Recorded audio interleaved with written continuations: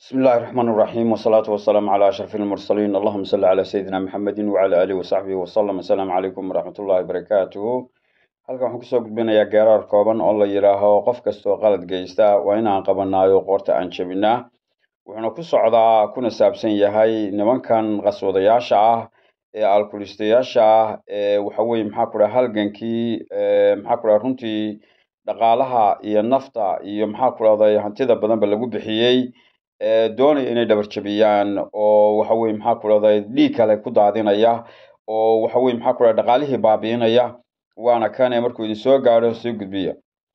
qarankeena isdaagiyo qorshaheena hagaagiyo guulihii qarnigaane qadirgenina siiyey taariikhda isqorayse qaalinkaynugu duugnay uu qushuucay dadkeenu nimanka qawadaya qamri dhaafsaday guusha qiimaha alla siiyo qarribaya naftiise qaynuunkii jabinaaye qaaladadka sameeya waa inaan qabanayo lagu qaado shardooday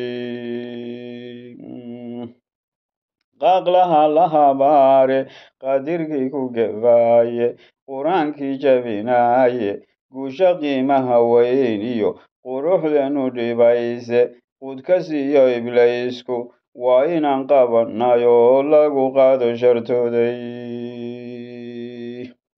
qof kastoo dhagar geysta hantideenna qubaayo bulshadeenna qasaayo qorshaheenu dhibaayo khiyaanaya dadkeenna waa inaan qabanayo qoorta aan jebinayo lagu qaado shartooday qof walbow dhinacaaga ka qayb qaado hayaanko bulshadan quruxdeediyo qiimaheeda difaaco quwadda muruqaagiyo u qareen hantidaado qalad ha u ogolaani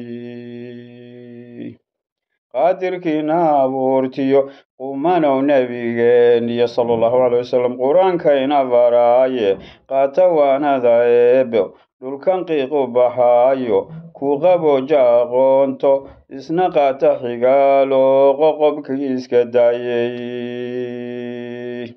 qurumaa ku hagaagay markay daalin qabteeno qalbi waaxida yeesho ka badbaaday qaskiyo dhaqaalay qurqurshaan iyo qurux yeesha markaasi qudhaciina halaagiyo qansaxaynu ahayn iyo qoqobkii ehelkeen iyo qof jeclaysiga daayo dad kuwa isku qabiile qolo maaha iblayse kuwa uu ku qadhaabto waa khasaare ujeeday qani aad noqoteene quwaddiin iyo xoogga qorshe noogu sameeyo qiiro yeesho xigaalo uqumay sharafteeno qurun weyeylayne la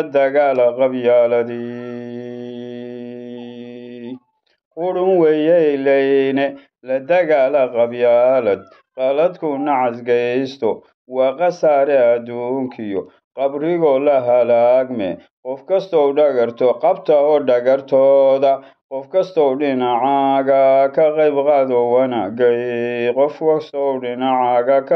qaado wanaagay